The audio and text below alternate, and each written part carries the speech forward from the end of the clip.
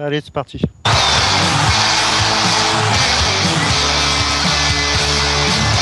Une émission présentée par Mathieu Laurent. Bonjour à toutes et à tous, bienvenue au Bar des Sports. Pendant 1 heure, nous revenons sur les principales actualités qui ont marqué la semaine sportive. Au programme aujourd'hui, le Flash Actu de la F1, du foot et de la NBA. Le coup de gueule de la semaine, bien évidemment, pour conclure. Messieurs, l'actualité va couler à flot. Autour de cette table ce soir, mes deux piliers de comptoir, prêts à réagir comme chaque week-end. Bonsoir patron, bonsoir Nicolas Mangeard. Bonsoir Mathieu, bonsoir à tout le monde. Ravi de retrouver ma place et de te relaisser cette place de présentateur cette semaine avec une très bonne émission qui s'augure. Et bonsoir à toi aussi Maxime. Salut Mathieu, salut à tous, ravi de vous retrouver pour cette belle émission. Nous accueillons un spécialiste du site internet Bar des Sports ce soir. Pierre-Alix Fèvre est avec nous pour parler de Formule 1. Bonsoir Pierre-Alix, comment ça va ? Salut Mathieu, ça va très bien. Salut à tous. N'oubliez pas, chers auditeurs, que vous pouvez participer au débat sur nos deux plateformes internet, le chat d'RTSradio.fr et notre page Facebook Radio Bar des Sports. Messieurs, c'est l'heure de la première tournée. Le patron offre son cocktail d'actu. C'est le flash de la semaine avec Nicolas Mangeard.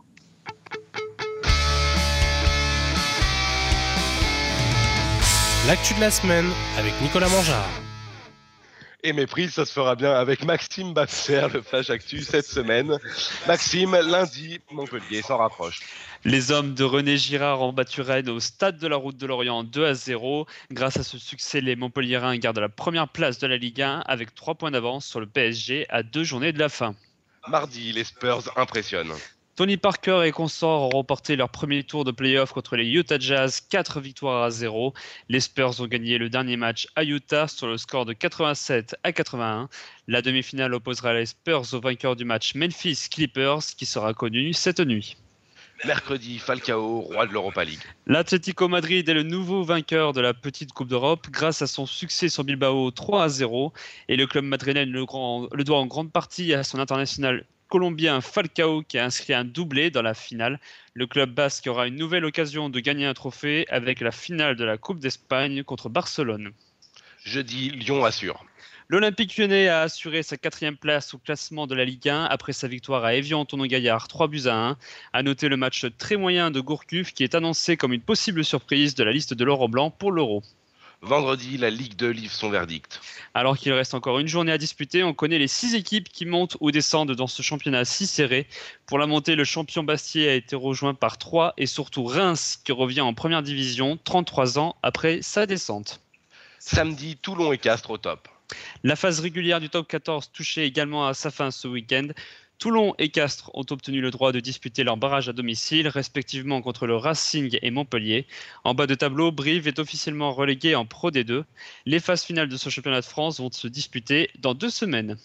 Et enfin, aujourd'hui, et même il y a quelques secondes, le miracle mancunien. Et oui, il y a quelques secondes, Manchester City vient de remporter son 3e titre de champion d'Angleterre, au nez à la barbe de Manchester United.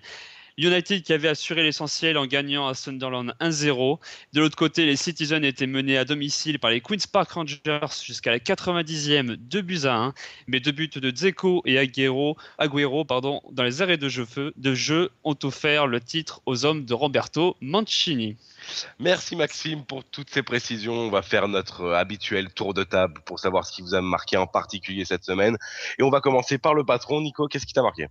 Il y avait plein de choses cette semaine, je pense, dans l'actualité sportive. Moi, je vais revenir un peu sur ce titre pour Manchester City, un peu sous le coup de la déception, donc supporter mancunien, mais bon, ils sont allés le chercher jusqu'au bout du temps additionnel, les Citizens, et il faut les féliciter pour cette belle victoire. Maxime.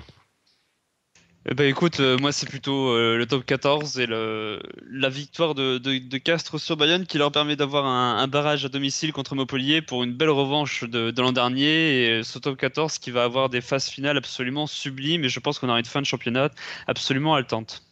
Pierre-Alix, qu'est-ce que tu retiens toi de cette semaine sportive ? Bon, moi, ce serait peut-être la finale de la Coupe UEFA avec la victoire de l'Atlético. On avait un bon match, Bilbao qui nous avait enthousiasmé durant toute la compétition, qui a rien pu faire en finale. Et voilà. Je vais suivre aussi notre spécialiste pour cette semaine avec la finale de l'Europa League. On avait beaucoup d'attentes, c'est vrai, sur cette équipe de Bilbao mais un vrai match avec l'expérience pour l'Atlético qui a permis de l'emporter et on a surtout une belle soirée de football encore une fois. Mais on y reviendra plus en détail tout à l'heure. Merci messieurs, on va pouvoir lancer cette émission avec la première bouteille. Tout de suite, la Formule 1 avec Maxime Babser.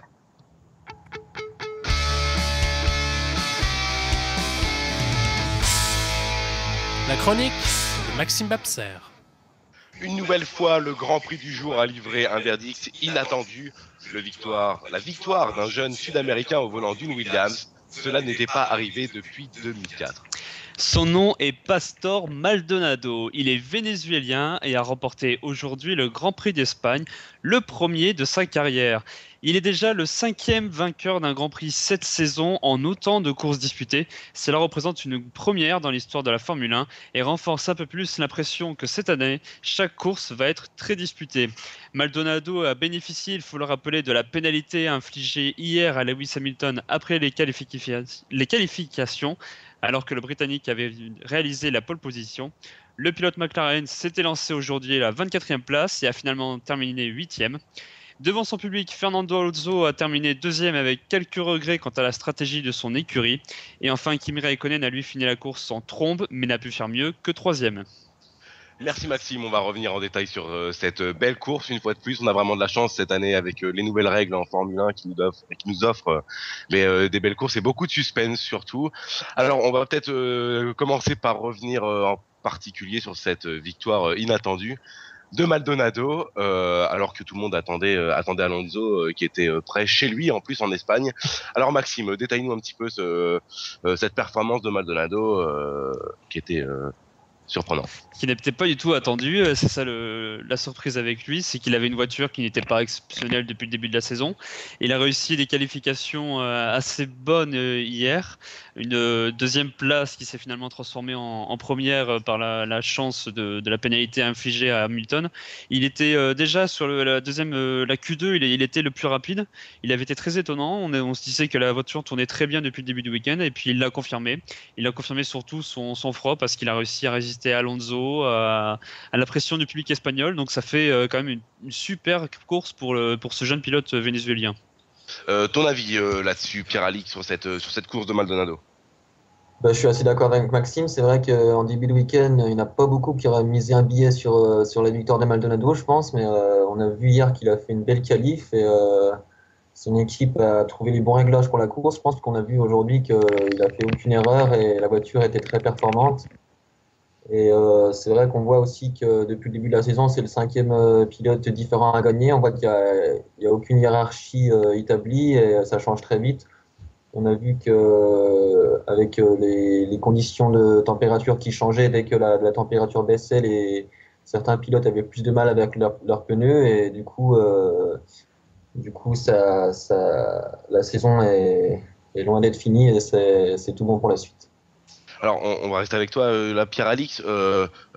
Justement, cette victoire Maldonado, on peut évidemment y voir aussi la deuxième place d'Alonso. Voilà, cette première place qui est inattendue, c'est surtout parce que Alonso finit 2e aujourd'hui. Alors, détaille-nous un petit peu cette erreur qui s'est passée, parce que Alonso avait l'air de maîtriser sa course, était bien revenu, et finalement, il laisse en toute fin de course Maldonado partir tout seul et remporter le Grand Prix. Ouais, c'est sûr. Après, donc Alonso, il a fait un bon départ parce qu'il a pris la tête dès le premier virage face à Maldonado. Il a bien géré le coup. Après, il est mis quand même sur un os parce que Maldonado, il a fait un super Grand Prix. C'est vrai qu'au deuxième ravitaillement, Alonso était en tête. Il avait 2 ou 3 secondes d'avance, je crois, sur Maldonado et il s'est arrêté. Il a préféré s'arrêter 2 ou 3 tours après. Et en fait, avec ses pneus usés, il a perdu du temps alors que Maldonado a profité de ses pneus neufs pour creuser l'écart. Il a fait le meilleur tour en course à ce moment-là, je crois. Et du coup, après, Alonso est ressorti derrière. Et après, c'est vrai qu'il a été un peu gêné dans le trafic, mais il a eu toutes les peines du mal à revenir et il n'a jamais pu reprendre la première place à Maldonado. Maxime. Oui, on observe que Ferrari, encore une fois, fait des erreurs de stratégie. Ça devient un peu régulier, un peu inquiétant pour eux. Heureusement qu'ils avaient une voiture plus performante qu'en début de saison. On a vu qu'ils avaient fait des changements apparemment à Mugello, en Italie, lors des essais privés de la semaine dernière. Ils ont changé l'aileron et on sent que la voiture est beaucoup plus performante. Ce qui est étonnant, c'est quand même cette erreur stratégique et ce souci avec Ferrari de ne pas savoir quoi faire pendant une course. À l'inverse, on a vu que Lotus avait tenté un coup de poker avec Raikkonen et Grosjean en faisant rentrer le plus tard possible pour leur dernier relais. Ça a failli fonctionner parce qu'on se rend compte qu'avec 1 ou 2 tours de plus, Raikkonen était beaucoup plus rapide qu'Alonso et Maldonado et aurait pu remporter la victoire.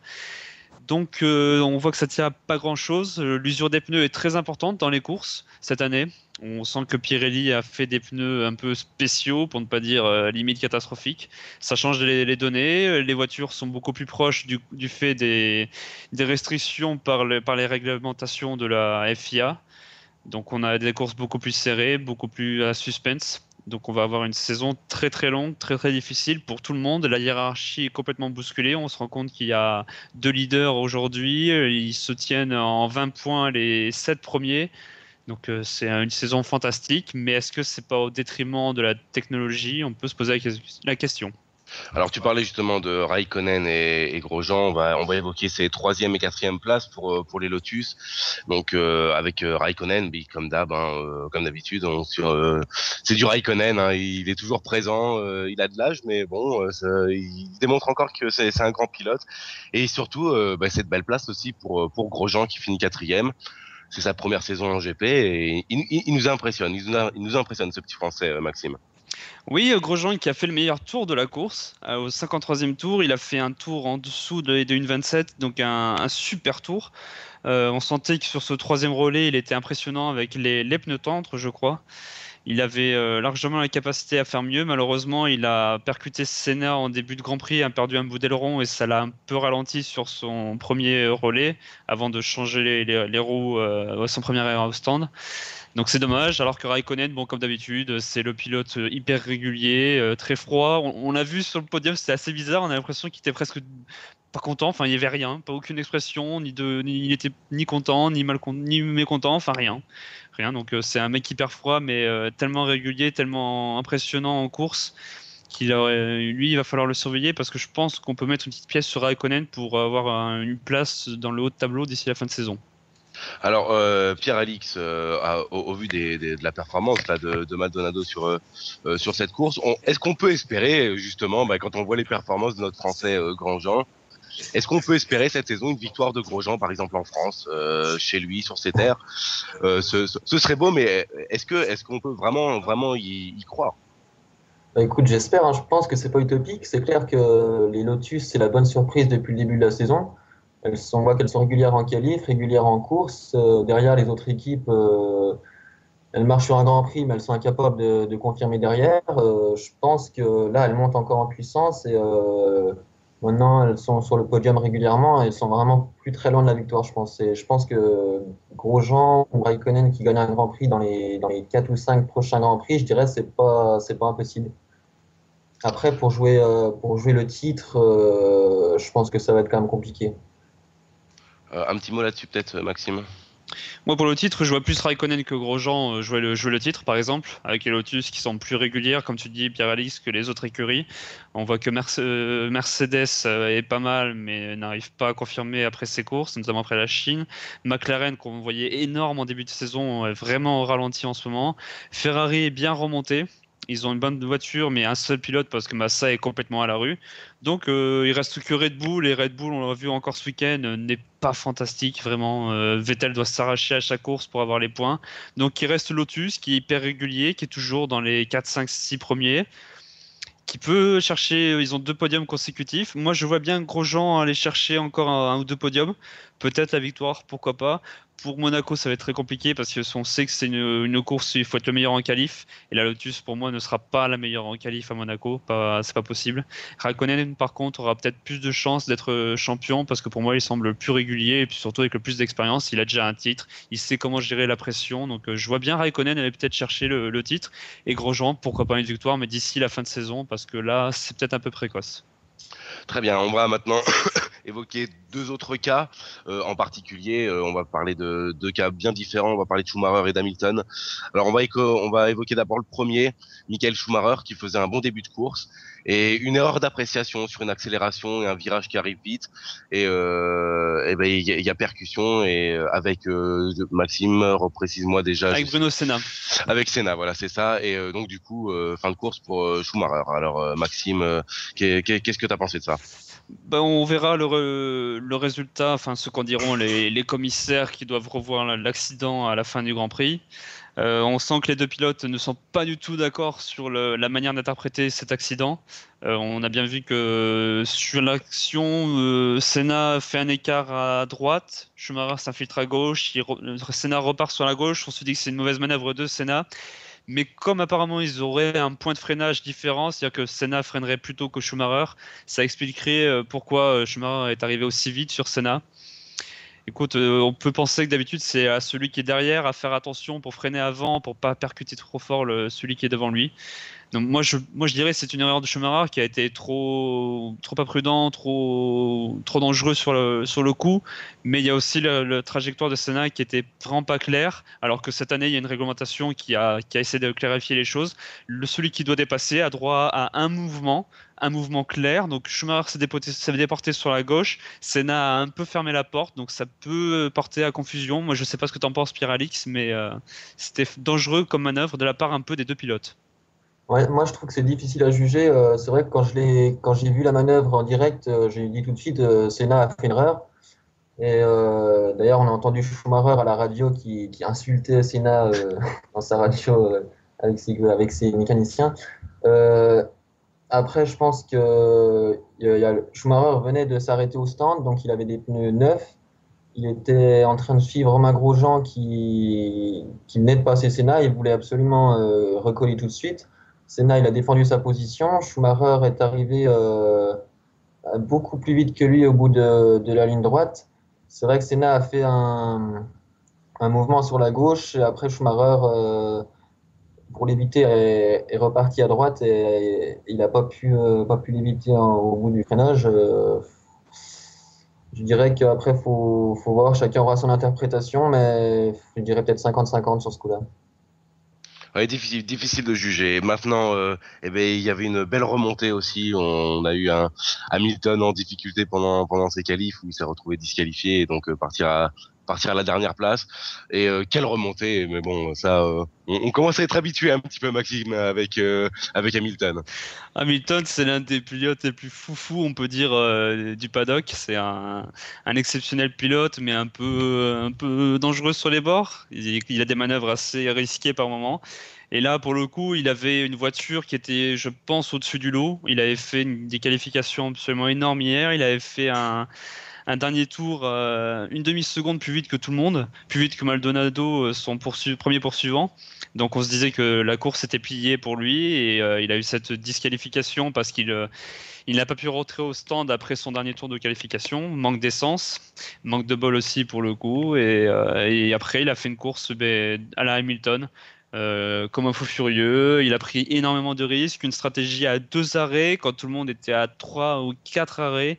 Donc ses pneus se sont très très vite dégradés sur la fin. Il a sauvé cette 8e place, on se demande comment, parce qu'il avait des pneus qui étaient limite, mais il a très bien géré sa course, ça a été finalement assez intelligent et ça s'annonce bien pour lui pour la suite. Pierre-Alix, ton point de vue sur Hamilton? Bah, c'est clair qu'hier en qualif, il a été énorme en collant 5 dixièmes au deuxième. Il était vraiment au-dessus des autres. Et je pense que s'il n'avait pas été déclassé, il aurait gagné assez largement le Grand Prix. Après, il a été déclassé, je crois, parce qu'il est tombé en panne d'essence juste après la qualif et il doit rester au moins 1 litre dans la voiture pour le contrôle après. Donc c'est pour ça qu'il a été déclassé. Après, moi, Hamilton, c'est clair que c'est mon chouchou. Donc il a fait une belle remontée. Hein. Après, sur la course, il n'y a rien à lui reprocher. Il a fait un beau Grand Prix, mais c'est sûr qu'en partant dernier de la grille, c'est compliqué d'aller jouer la victoire ou un podium. Hein. Il faut juste préciser que pour la disqualification d'hier, elle survient après le Grand Prix, un Grand Prix où il avait déjà été averti pour une telle faute. Il avait fini les qualifications et n'avait pas pu rentrer au stand parce qu'il manquait d'essence. Pour le coup, il n'avait pas été disqualifié, je crois, et là, il C'était au avait déjà eu Canada, à Montréal. l'avertissement. Ouais. Alors messieurs, on a à peu près couvert tous les gros événements de ce Grand Prix. On va peut-être dire un petit mot sur le champion du monde en titre, Sébastien Vettel, qui a fait une très belle fin de course, mais qui a été en dessous de ses performances l'année dernière, Maxime. Oui, la surprise Red Bull depuis le début de saison, c'est qu'ils sont vraiment en dessous. Et un Weber en grosse difficulté. Et Weber complètement largué, on peut le dire. Il est 12e ou 11e sur la fin de course. Il était 11e sur la grille, il n'a pas bougé, il n'a pas réussi à dépasser ses adversaires. Manque de rythme, je sais pas, ou la voiture qui n'était pas bien calibrée pour ce Grand Prix. Mais ça devient une sale habitude pour Red Bull, notamment pour Mark Webber, qui va devoir commencer à se faire du souci s'il veut continuer en F1 dans une écurie compétitive. Pour Vettel, on voit qu'il y a quand même le grand talent de Vettel qui sauve un peu les apparences. Parce qu'on a vu, ils sont entrés chacun une fois au stand pour changer d'aileron. On a senti que la voiture n'était pas stable, les appuis aérodynamiques n'étaient pas les bons apparemment. Vettel finit quand même 6e avec, comme tu l'as dit, une super fin de course, 2 superbes dépassements sur Button, Hamilton et je crois qu'il y a eu peut-être pas Kobayashi mais un autre. Donc une belle fin de course, mais s'il avait une meilleure voiture, ça serait quand même autrement pour Vettel, qui reste leader mais pour pas grand-chose. Pierre-Alix, un petit mot sur justement sur ce duo Red Bull.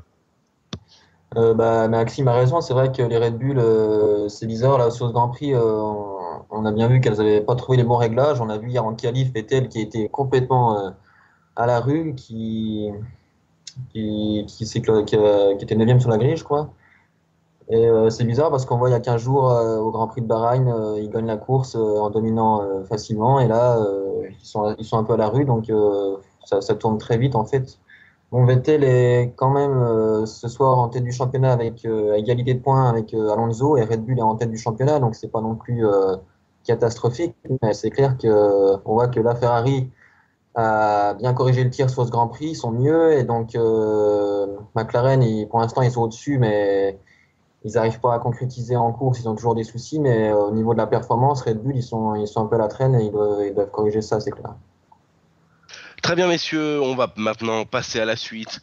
Il y a de la Ligue 1 ce soir, il y avait un titre en jeu en Angleterre et une finale de Coupe d'Europe. On ouvre la page football avec Nicolas Mangeard et Maxime Babser.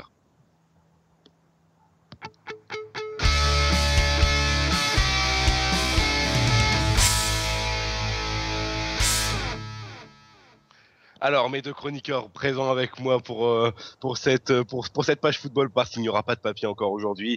Alors, il y a de la Ligue 1 ce soir, un titre qui n'est toujours pas encore assuré pour Montpellier. Montpellier qui reçoit Lille, c'est le choc de cette 36e journée, messieurs. Lille qui peut encore espérer une deuxième place, bon, un titre qui serait difficile à aller chercher. Alors, Nico, parle-nous un petit peu de ces enjeux sur ce Montpellier-Lille qui va être décisif ce soir. Ah bah là, c'est clair que cette 37e journée de Ligue 1, elle est charnière parce que pour les 3 équipes de tête, il y a des gros matchs. Donc, tu l'as dit, Montpellier qui reçoit Lille et puis Paris qui reçoit le Stade Rennais. Donc, c'est vrai que celui qui s'impose dans ces 2 matchs va prendre un avantage conséquent sur les autres et on peut vraiment voir des scénarios dans tous les sens pour toutes les équipes parce que si Paris venait à perdre contre Rennes et que Lille s'imposait face à Montpellier, ça remet toutes les chances du côté de Lille pour aller chercher le titre et puis on pourrait avoir tout un tas de scénarios comme ça et donc ça présage vraiment un très très bon multiplex pour cette journée de Ligue 1. Maxime. Écoute, moi je vois très bien Montpellier finir champion parce que je pense que quand même ils sont à domicile, ils ont l'envie. Le problème ça va être cette pression qu'ils vont devoir gérer. Je voyais Lille, tu vois, avant la journée de lundi pouvoir peut-être créer la surprise, mais la victoire de Montpellier à Rennes m'a vraiment impressionné. Je pense que là ils ont vraiment mis le gros coup sur une des grosses écuries de Ligue 1. Donc ils ont vraiment impressionné, ils ont vraiment mis le niveau et ils ont un calendrier qui est démentiel par rapport à Paris et franchement pour ça je pense que Montpellier va aller chercher le titre. Ouais, mais alors, excuse-moi Mathieu de te couper la parole. Ce qu'il faut pas oublier quand même, c'est que Montpellier est privé de Younes Belhanda, que ça peut jouer dans la balance au niveau du jeu, parce que Rémi Cabella est un très bon joueur, mais après, sur un gros match comme ça, on l'a pas encore vu donner le maximum de ses capacités. Et il faut aussi souligner, je pense pour moi, ce qui va être vraiment le facteur clé pour Lille, ça va être Eden Hazard. Pour le moment, il marche sur C'est ce l'eau. que j'allais dire, Voilà, justement. il marche vraiment sur l'eau depuis 7-8 journées. Là, il enchaîne les buts, les passes d'ess. Il est vraiment dans une période énorme. Ça va être son avant-dernier match avec le LOSC, puisqu'il va partir cet été. Il va vouloir partir sur une bonne note de Lille. Et je le vois vraiment bien aller titiller cet arrière-garde Montpellier-Rennes qui va vraiment avoir du mal à le stopper, à mon avis. Voilà, donc justement, Maxime, est-ce que finalement, le match va pas se jouer sur l'attaque de Lille plus que sur la performance de Montpellier? Ça va être le facteur X, la performance d'Eden Hazard, indubitablement. Mais après, le problème de Montpellier, c'est que ils peuvent pas laisser échapper le titre. Ils y mènent depuis tellement longtemps. Même si je pense que Belhanda est un super joueur, que Cabella est un très bon remplaçant, tu me diras. Lille est une très grosse équipe, ça sera un très grand match, il aura peut-être du mal à gérer la pression, Cabella, mais je pense que Montpellier a largement le collectif pour s'en sortir face à Lille. Alors l'attaque de Lille sera évidemment un enjeu, mais je pense que la défense de Lille également, parce que Lille n'est pas non plus une assurance tout risque derrière. Ils ont beaucoup fait tourner la défense centrale notamment. Ils n'ont pas forcément eu des facilités à avoir les automatismes. Donc je pense que ce match n'est pas gagné non plus pour Lille. Si Eden Hazard marche sur l'eau, Montpellier a quand même en face de sacrés atouts. Ils ont Olivier Giroud qui est le meilleur buteur du championnat, c'est pas pour rien. Donc je pense que c'est une rencontre très serrée, mais je pense que Montpellier à domicile va pas laisser échapper la victoire. Disons qu'en plus de ce match, c'est qu'il y a un contexte européen en ce moment au niveau du foot qui est quand même assez spécial. On a vu le Real qui avait énormément de points d'avance devant le Barça, qui a failli perdre le titre. Là, on voit City qui, au terme d'un championnat complètement fou avec United à 3 journées de la fin, on pensait qu'ils allaient gagner et puis ils vont faire un nul improbable 4-2 contre Everton. Il y a vraiment une atmosphère, je trouve, cette saison dans les championnats européens de renverse, comme si tout pouvait arriver, surtout là en cette fin de championnat.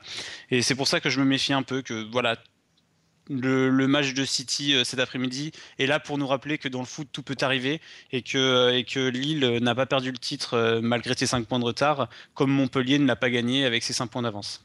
Alors, on va maintenant parler du PSG, de la deuxième place actuelle du PSG, et donc, qui attendent sans doute la victoire de Lille ce soir. Mais il va falloir d'abord qu'ils gagnent contre Rennes aussi, parce qu'il faut rappeler que Paris joue Rennes. Et donc là, ici, le faux pas est interdit pour Paris, Nico, sinon le titre est quasiment joué.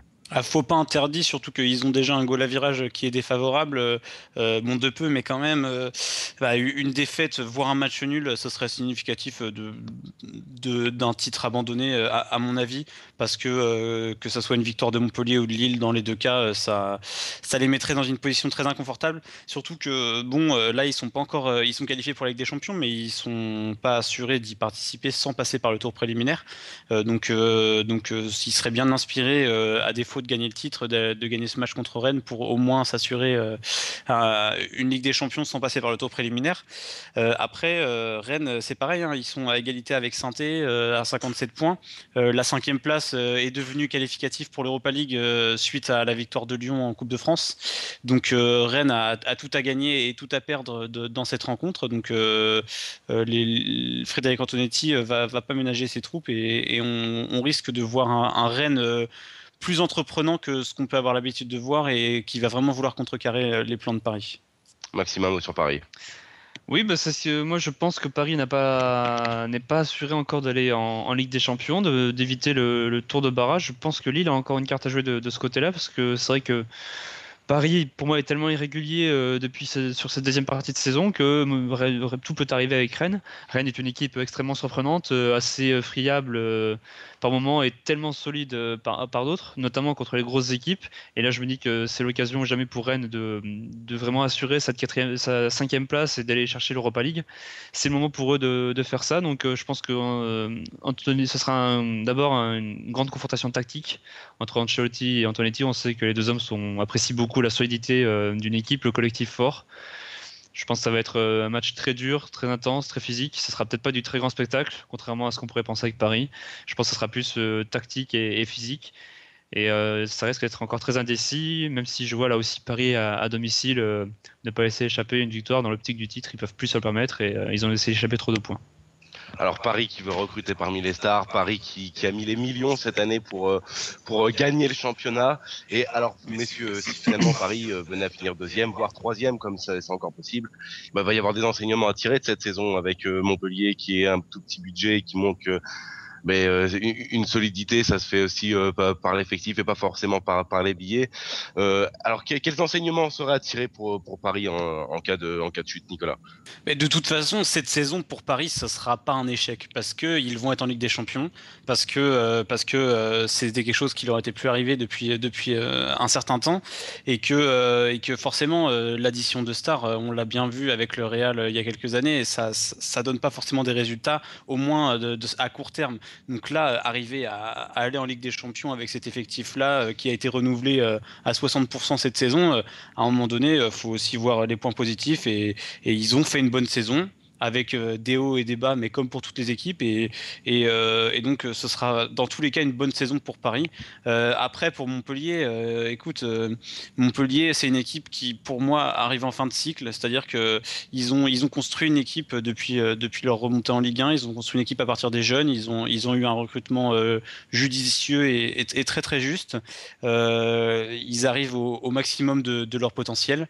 Avec Belhanda, avec Giroud, avec tous ces joueurs-là qui se sont révélés cette saison. Ce serait très beau pour Montpellier de gagner un titre parce que la saison prochaine, à mon avis, ça va pas être la même chose une fois qu'ils auront envoyé Giroud au Bayern et puis Belhanda à Paris. Ça sera un peu plus compliqué d'aller chercher le titre. Donc je pense que perdre le titre, ce serait plus préjudiciable à Montpellier qu'à Paris, parce que Paris le gagnera dans les prochaines années, alors que Montpellier, s'ils le perdent cette saison, ce sera beaucoup plus compliqué d'aller le chercher dans les saisons à venir. Alors justement, on a parlé de Paris, maintenant il faut qu'on évoque Rennes, parce que Rennes en cas de défaite n'est à l'abri de rien du tout non plus, car pour le moment, alors ils sont qualifiés pour l'Europa League, mais il y a Saint-Étienne, Bordeaux et Toulouse en embuscade qui sont à 2 points et même à égalité pour Saint-Étienne. Alors va y avoir aussi là une grosse attente sur les épaules d'Antonetti, pardon. Alors Maxime, les enjeux de Rennes sur cette 136e journée sont aussi assez énormes. Ils sont énormes, comme pour toutes les équipes qui ont une place à jouer. Donc Rennes a un déplacement très difficile. Comme Toulouse, comme Saint-Etienne, finalement, l'équipe qui peut tout gagner ce soir, c'est Bordeaux, parce qu'ils jouent à domicile contre Lorient, qui est quasiment sauvé, pas loin.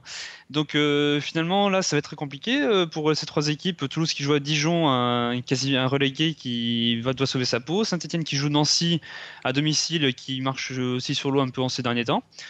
Donc Rennes a un peu tout à perdre parce que c'est vrai que sur cette journée, s'ils perdent à Paris, derrière ils ont la pression, ils peuvent revenir 1, 2, 3 équipes sur leur talon ou même les dépasser. Donc c'est vraiment un match charnière décisif pour la saison prochaine. Nicolas. Ouais, c'est vraiment intéressant. On nous a vendu ces derniers temps sur Canal+, le multiplex de la Ligue 1, que ça allait être exceptionnel, etc. Mais c'est vrai que j'ai pas beaucoup de souvenirs qui me reviennent en mémoire comme ça là sur une fin de saison en Ligue 1 qui a été aussi haletante, parce que là tu regardes les matchs de ce soir, t'as 8 matchs qui sont avec un enjeu complètement énorme pour la fin de saison, que ce soit dans le haut ou dans le bas du tableau, avec des places européennes, des relégations, tout un tas de choses qui se jouent, et je serais assez d'accord avec Maxime pour dire que l'équipe qui a tout à gagner, c'est Bordeaux, parce que Bordeaux joue contre Lorient, qui joue pas sans pression, mais bon, qui est presque sauvé et qui pourrait venir créer la surprise après un début de saison très galère et venir terminer 5e. Ce serait une belle victoire pour Francis Gillot et son équipe. Et alors, le seul match où il y a presque aucun enjeu, je dis presque parce que si au final il y en a un, on aurait pu dire que Lyon, il y avait presque pas d'enjeu parce que finalement ils sont à leur 4e place, ils sont sûrs quasiment de la garder. Mais il y a Ajaccio qui joue aussi son maintien et qui va peut-être pas se laisser faire contre ces Lyonnais qui ont des hauts et des bas cette saison. Et Ajaccio à domicile va sans doute avoir envie de sauver la face, Nico. Mais de toute façon, je pense que pour Ajaccio, c'est plutôt un bon calendrier de jouer Lyon Lyon à ce moment-là dans la saison. Alors ça peut paraître un peu bizarre à dire, mais Lyon a 6 points d'avance sur Rennes, plus 7 par rapport à Rennes au goal à virage et devant aussi par rapport à tous les autres poursuivants. Donc Lyon a plus grand-chose à jouer. Il faudrait vraiment un coup du sort pour que Lyon ne termine pas quatrième. Et de toute façon, si que Lyon termine 4 ou 5e, ça change rien. Dans tous les cas, ils sont déjà en Ligue Europa. Donc les enjeux sont vraiment minimes du côté de Lyon. Alors que Ajaccio va vraiment chercher à se sauver. À domicile en plus, on sait comment peuvent être les matchs à domicile en Corse. Ajaccio a vraiment une très bonne carte à jouer. Et je pense que la cote au niveau des paris d'Ajaccio doit être très sympa à jouer aujourd'hui. Et je pense qu'elle peut vraiment valoir le coup. Pour finir avec la Ligue 1, Maxime, peut-être un petit mot, petit, léger sur Marseille qui d'Auxerre.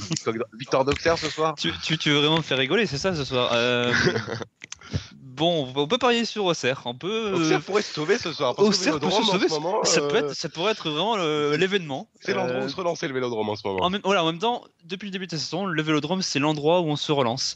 Donc oui, effectivement, Auxerre a une carte à jouer parce que Marseille n'a plus rien à jouer, plus rien à gagner, plus rien à perdre. Ils vont finir la saison un peu comme ils l'ont, j'ai envie de dire, débuté en roue libre.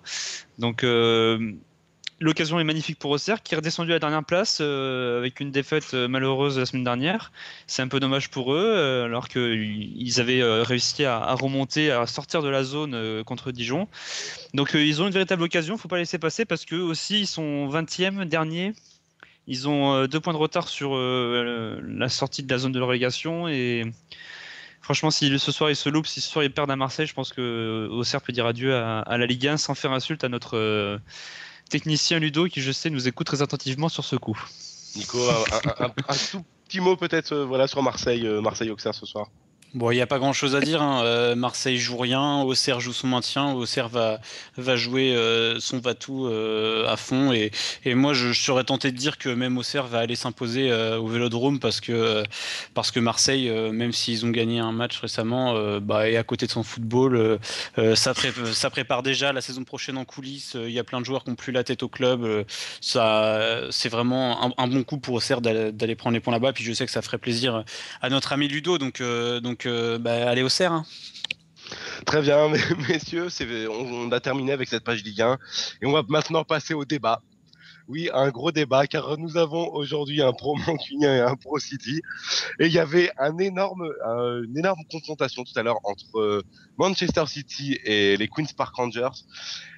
Et quel retournement de situation, Nicolas Mangeur, tu nous l'as évoqué tout à l'heure. 2-1 pour Queen's Park jusqu'aux arrêts de jeu. Manchester United qui mène, Manchester United est champion, et finalement, coup du sort, 2 buts coup sur coup, Agüero et Dzeko dans les arrêts de jeu, et finalement City qui chope le titre à United. Alors on le rappelle, à égalité de points les deux équipes à 89 points, mais la différence de but est plus forte pour Manchester City qui a 64 contre 56 pour United. City est donc champion, Maxime. Oh, quel bonheur, mais quel bonheur. Alors, on va évidemment râler contre les dollars, les pétrodollars des Qatariens qui ont repris l'équipe, d'accord. On dit que c'est une équipe que de nom, pas un collectif, d'accord. Mais c'est une équipe qui sait faire du suspense, marque des buts, en prend, fait du spectacle. Ce qu'on peut pas reprocher à cette équipe, c'est ça, c'est d'avoir fait le spectacle pendant toute l'année. Ce que je reproche énormément à United depuis quelques saisons, c'est de faire des matchs. C'est pas en balance, ça gagne à 0, c'est des matchs ratés vraiment de la part d'United. United allait encore gagner sur un match 1-0 à Sunderland. Franchement, voilà, moi ça me fait plaisir que ce soit une équipe qui fasse le jeu, qui anime les matchs, qui mette des buts, qui certes en prend, mais fait le spectacle. Ça me fait plaisir que ce soit cette équipe-là qui gagne, que ça change un peu aussi en Angleterre, parce que United, ça fait quelques années qu'ils sont champions. C'est bien que ça change, ça fait un peu aussi la confrontation, la suprématie entre les deux clubs de la même ville. Donc moi ça me fait vraiment très plaisir que le foot un peu champagne, le foot un peu fou gagne ce soir. Et moi je suis aussi ravi de voir que Nicolas Mangeur râle depuis tout à l'heure. Ça me fait très plaisir, Nicolas. Allez, ton avis, Nico. Non, mais je vais essayer d'être assez lucide sur la situation. Pour moi, de toute façon, United, comme je l'ai dit tout à l'heure, a laissé échapper le titre lors de son match 4-partout face à Everton, un match que United doit jamais perdre et que doit jamais faire match nul sur cette partie-là. Et c'est vraiment là, quand ils avaient 6 points d'avance, 5 points d'avance qu'ils ont complètement laissé échapper le titre. Après, terminer deuxième avec 89 points, ça fait mal parce que 89 points, ça montre quand même une très bonne saison, au moins sur le plan comptable. Donc, quand on voit que ces deux équipes terminent avec quasiment 20 points d'avance sur le troisième, ça montre un peu le train qu'ils ont imposé toute la saison.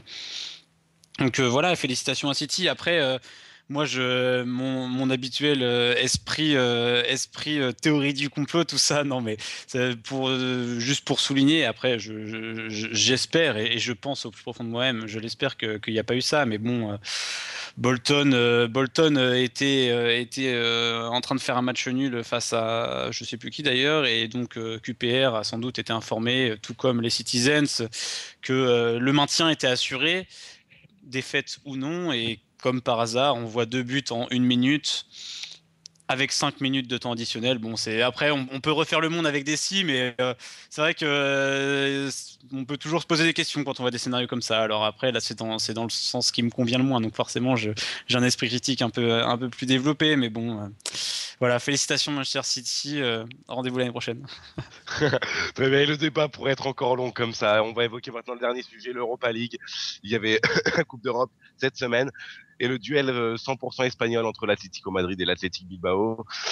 Alors l'Athletic Bilbao n'a pas fait le match qu'il aurait dû faire, messieurs, un Bilbao qui a dû faire face à l'Atlético Madrid avec beaucoup d'expérience, une grosse solidité défensive et un Radamel Falcao, Nicolas, stratosphérique, hein, là depuis 2 ans, il nous montre que il est dans, à mon avis, pour moi, le top 3 des meilleurs buteurs au monde.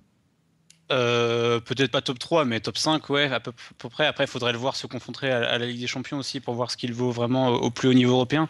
Moi, ça me fait vraiment rire cette victoire de l'Atlético Madrid parce que je me souviens très bien, au mois de septembre, j'étais au stade de la Route de Lorient pour voir Rennes Atlético Madrid en phase de poule. Et j'avais trouvé cette équipe apathique, cette équipe complètement à côté de son sujet, complètement à côté de la plaque, vraiment nulle, mais une équipe vraiment, vraiment nulle. J'ai pas peur de le dire comme ça. Et qui avait réussi bon, ça c'est anecdotique, mais à accrocher le point du match nul à Rennes et qui leur avait permis après d'aller se qualifier plus facilement. Honnêtement, j'aurais pas misé une seule petite pièce sur cette équipe de l'Atlético Madrid qui a vécu une saison très, très bizarre, avec des hauts très hauts et des bas très très bas. C'est assez important pour le souligner. Et je pense ne pas être le seul, mais tous les spécialistes, tout le monde voyait une victoire de l'Athletic Bilbao qui nous avait sorti Manchester United, qui avait sorti Schalke, qui avait sorti Sporting, qui avait vraiment fait un parcours exceptionnel de A à Z. Et qui a été peut-être un peu rattrapé par la pression, par la fatigue d'une saison compliquée, avec un effectif à 16-17 joueurs qui jouent quand tu joues 2 compétitions, voire plus avec la finale de Coupe du Roi qu'ils ont à jouer.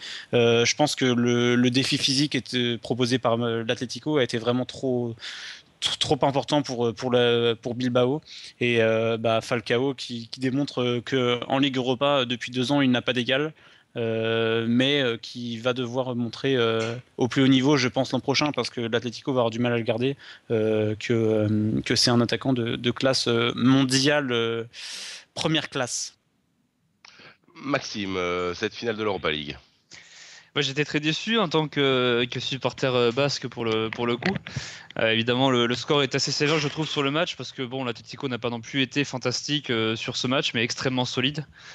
Et après, bon, c'est vrai que le Falcao a été stratosphérique, c'est celui qui fait la différence. On savait que le duel Falcao-Llorente aurait décidé l'issue du match. C'est Falcao qui a fait basculer cette finale. C'est assez dommage parce que sur l'ensemble de la saison, Bilbao était tellement énorme en Coupe d'Europe, ils ont tellement joué, ils ont mis tellement de belles actions, de beaux buts qu'on pouvait qu'espérer qu'ils en mettaient en finale, ils n'ont pas réussi. L'Atlético était trop bien regroupé, trop fort tactiquement. Simeone avait gagné la bataille tactique et le Bilbao était trop juste physiquement et beaucoup trop pris par la pression, l'émotion. On a bien senti qu'il n'avait pas l'expérience qu'avait l'Atlético, qui jouait sa 2e finale en 3 saisons de Ligue Europa. Donc il ne pouvait pas gagner cette finale-là en espérant qu'il puisse remporter la prochaine contre Barcelone. Très bien, c'est la fin de la page football. On termine aujourd'hui avec du basket et de la NBA plus particulièrement. C'est la chronique de Nicolas Mangeard.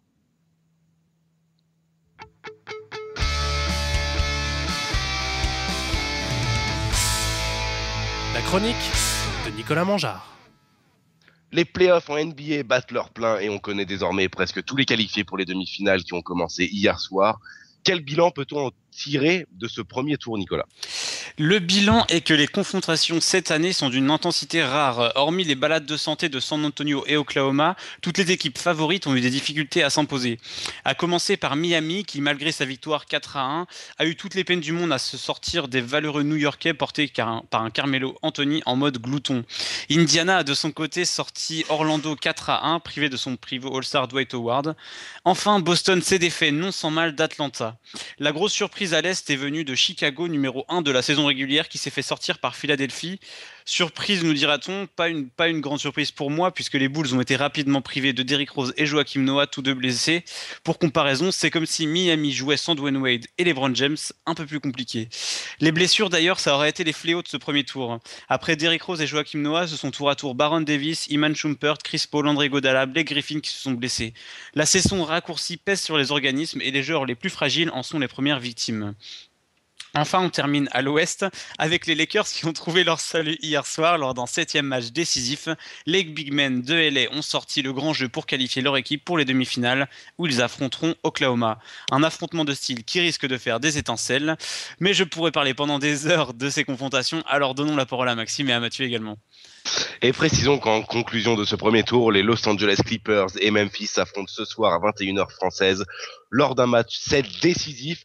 Le vainqueur affrontera San Antonio en demi-finale. Messieurs, bilan de ce premier tour des playoffs. On va peut-être commencer par la grosse surprise Chicago. Chicago qui a joué de la malchance ou de la poisse. Que peut-on dire sur ces deux grosses blessures qui font mal aux Bulls de Noah et Rose? Ton avis d'abord, peut-être Maxime. Alors, on avait vu que Chicago, ça a été très bien sorti pendant la saison régulière sans Rose, mais la saison régulière est tellement moins intense, tellement compliquée que les playoffs, que ça en était presque trompeur en fait. Rose n'a jamais été à son niveau de l'an dernier, de la saison dernière. Il n'a jamais pu beaucoup jouer, et quand il jouait, à chaque fois, soit faisait des matchs moyens, soit ne parvenait pas à se reblesser derrière. Donc on sentait que Chicago, eh bien, tenait malgré tout, a réussi à avoir le meilleur bilan de la ligue parce qu'ils avaient un Joakim Noah qui était extraordinaire, ils avaient une équipe qui derrière un banc qui assurait bien les points et on sait que bon sur une phase régulière ça passe mais sur les playoffs c'est pas possible parce que c'est la même équipe qu'on joue 4 à 7 fois d'affilée. On sait que cette équipe là en face se prépare pendant plusieurs jours à affronter la même équipe, à défendre sur les mêmes joueurs. On sentait que Philadelphie, en plus, c'est peut-être la pire équipe sur laquelle ils pouvaient tomber au niveau défensif parce que c'est une équipe très physique qui joue très dur sur l'homme. Donc c'était assez évident que Philadelphie allait donner du fil à retordre, mais autant on pouvait ne pas le penser, mais avec ses blessures, notamment celle de Noah qui je pense a été peut-être plus préjudiciable encore que celle de Rose, c'était carrément impossible de battre Philadelphie. Nicolas. Moi, je suis d'accord avec toi. Je pense que c'est la blessure de Noah qui a complètement coupé les jambes de Chicago parce que Rose a été absent une majeure partie de la saison, pardon, et Chicago s'imposait quand même. Et sans Noah, qui est un leader mental, qui est un leader défensif, qui est un leader voire même offensif ces derniers temps, parce qu'il arrivait quand même à tourner à une quinzaine de points par match depuis quelques temps. Donc, ce qui est énorme pour un joueur de son calibre, a vraiment fait un mal fou à cette équipe. Et puis c'est comme ce que je disais dans le papier, enfin, si tu enlèves tes deux meilleurs joueurs dans une équipe, tu peux plus viser haut et à la limite j'ai envie de dire que cette élimination prématurée nous arrange pour la France parce que Joakim Noah va avoir 2 bons mois pour se remettre de cette entorse qui est quand même assez sévère. Et puis pour la saison prochaine, Chicago va pouvoir revenir avec de nouvelles ambitions, avec une équipe au complet, avec je l'espère une ou deux recrues et pour pouvoir revenir jouer le titre. Alors messieurs, avant d'évoquer les demi-finales qui vont avoir lieu, peut-être un mot sur un match qui reste à jouer encore, ce 7e match entre les Clippers et Memphis. C'est la belle surprise de Memphis qui arrache le 6e match, c'était avant-hier soir il me semble. Au bout du suspense, Nico, tu peux revenir sur le match? Cette série déjà entre Memphis et les Clippers, c'est la série la plus intéressante au niveau du suspense, au niveau du jeu peut-être pas la plus intéressante parce que c'est pas les équipes qui jouent avec le plus de systèmes, c'est les Clippers, c'est Chris Paul qui prend un écran et puis soit il va au panier soit il donne la balle pour un tir, donc c'est assez enfantin. C'était le même jeu que je proposais avec mes Benjamins quand je les entraînais, mais bon après ça c'est autre chose, j'avais pas les mêmes joueurs. C'est un peu une opposition de style. Memphis, un collectif très fort, sans grosse superstar, vraiment des joueurs de même calibre, 5, 6, 7 joueurs de même calibre qui sont vraiment là, un peu à l'image de Philadelphie, qui se donnent corps et âme pour l'équipe. Et puis les Clippers, c'est les stars, c'est Lob City, c'est Chris Paul, c'est Blake Griffin. Il faut savoir quand même que au match 5, Blake Griffin et Chris Paul se sont blessés. Donc des blessures qui ne les empêchent pas de jouer, mais qui impactent quand même sur leur jeu. Et c'est pour ça que moi ce soir je mettrai une petite pièce sur Memphis parce que physiquement ça commence à devenir très dur pour les Clippers et je pense que ça va être compliqué de remporter ce match, surtout à Memphis. Maxime, un petit mot. Oui, d'abord, félicitations à tes Benjamins, parce que je sais pas si. Voilà. Je sais bien de comparer cette équipe des Clippers à tes Benjamins, je pense que ça leur fera plaisir. Je sais pas qui est le Chris Paul chez tes Benjamins, mais ça doit sûrement le réjouir à l'avance. Cette équipe de Clippers est assez inquiétante parce qu'ils menaient 3-1, ils avaient largement leur avenir entre les mains et hier ils avaient certes 2 joueurs blessés, leurs 2 joueurs majeurs blessés, mais ça ne pouvait pas empêcher quand même les Clippers qui depuis le début de saison ont quand même un effectif taillé pour les playoffs de pouvoir passer ce tour et Memphis qui à l'intérieur a réussi à bien répondre, à prendre le dessus sur Griffin et à remporter le match.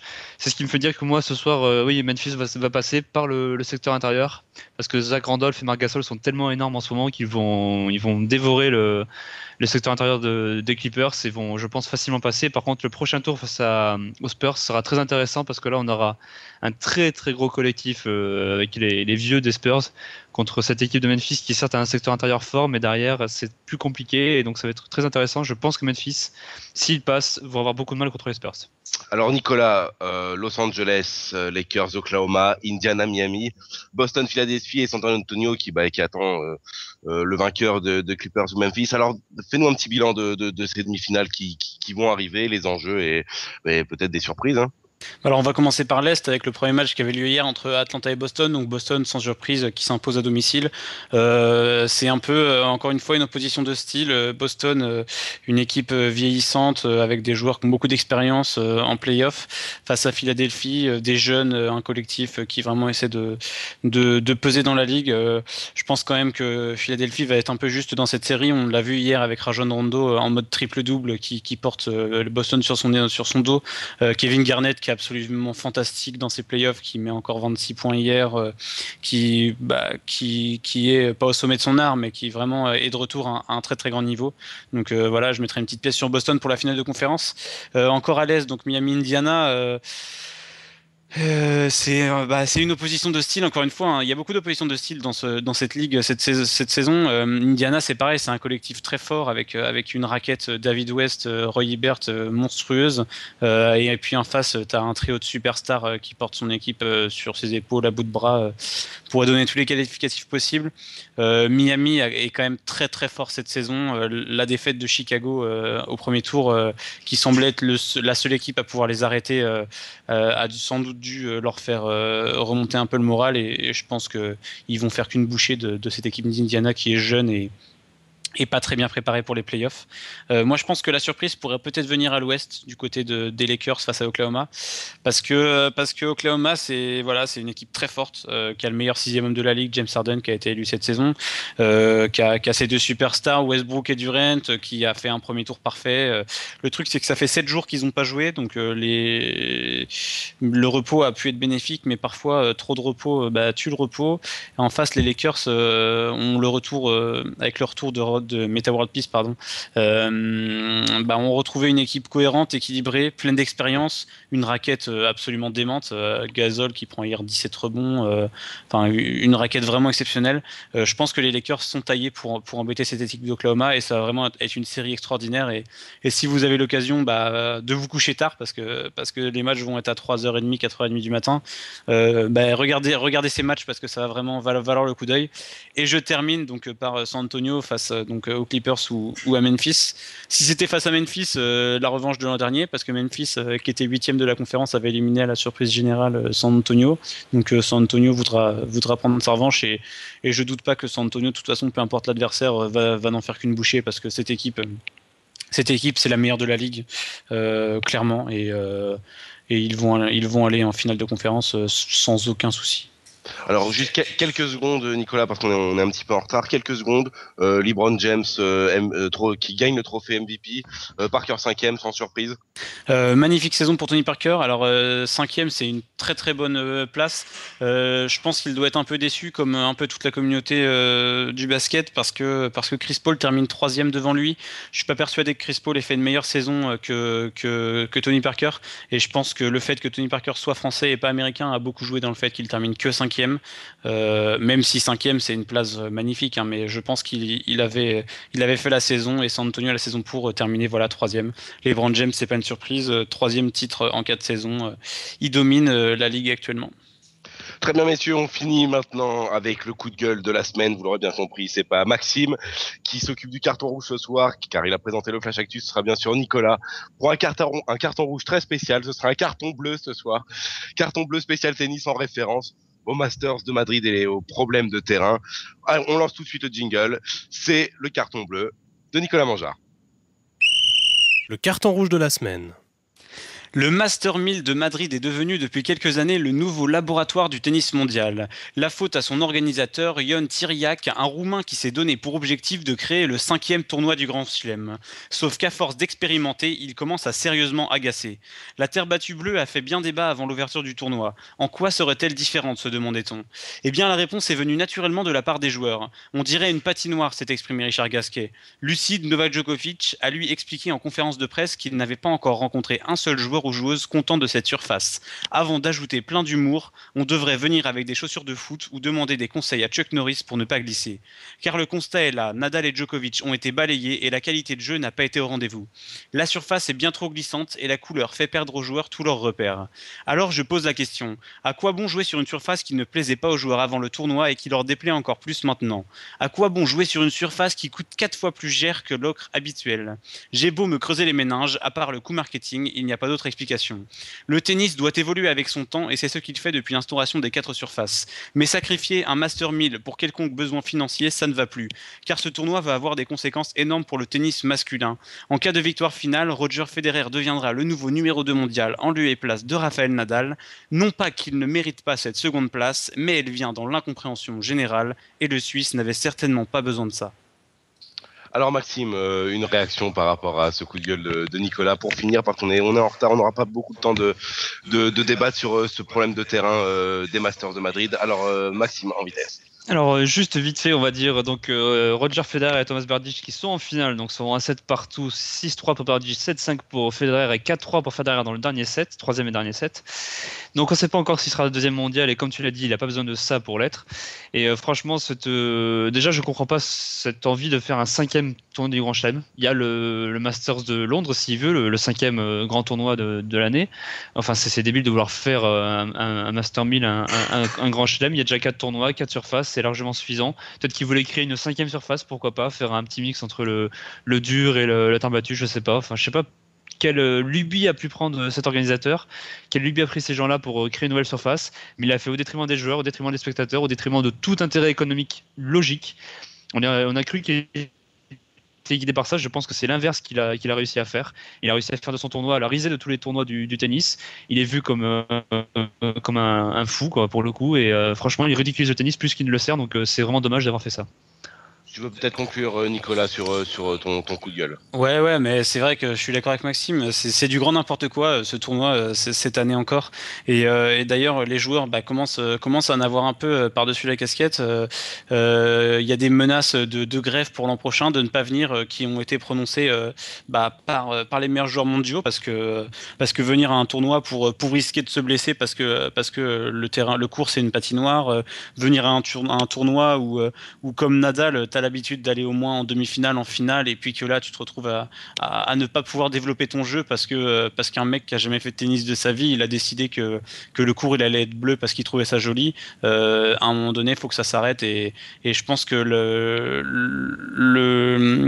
les instances dirigeantes vont vraiment avoir à réfléchir là-dessus parce que on peut pas prendre ce genre de décision sans consulter les joueurs, sans vraiment leur donner la parole. Enfin, je veux dire, c'est quand même eux qui jouent sur le court, c'est eux les sportifs. Et si on les met pas dans les conditions optimales pour qu'ils réalisent des grands matchs et pour que ces matchs soient intéressants pour le public, et on se tire une balle dans le pied, et c'est vraiment ce qui s'est passé avec le Master de Madrid cette année.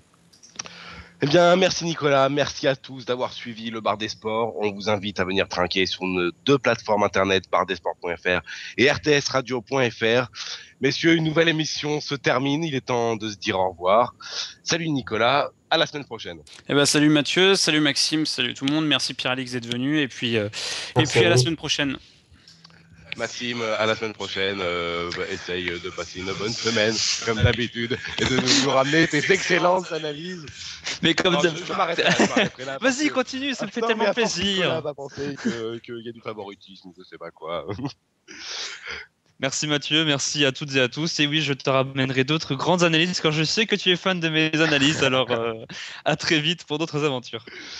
Merci aussi à toi Pierre-Alix d'être venu débattre avec nous. À la prochaine et tu es le bienvenu quand tu veux pour venir parler de sport auto. Ça marche, merci de m'avoir invité et bonne soirée à tout le monde, à très bientôt. RTS vous donne rendez-vous demain avec Anday, Guillaume Sorina, joueur de Nîmes, sera dans l'émission ainsi que le demi-centre de Saint-Raphaël. Voilà le rendez-vous pour tous les amateurs de handball. Le Bar des Sports referme ses portes. Merci à tous les auditeurs. Continuez à nous écouter, à nous faire connaître. Salut à tous, à la semaine prochaine et surtout, santé!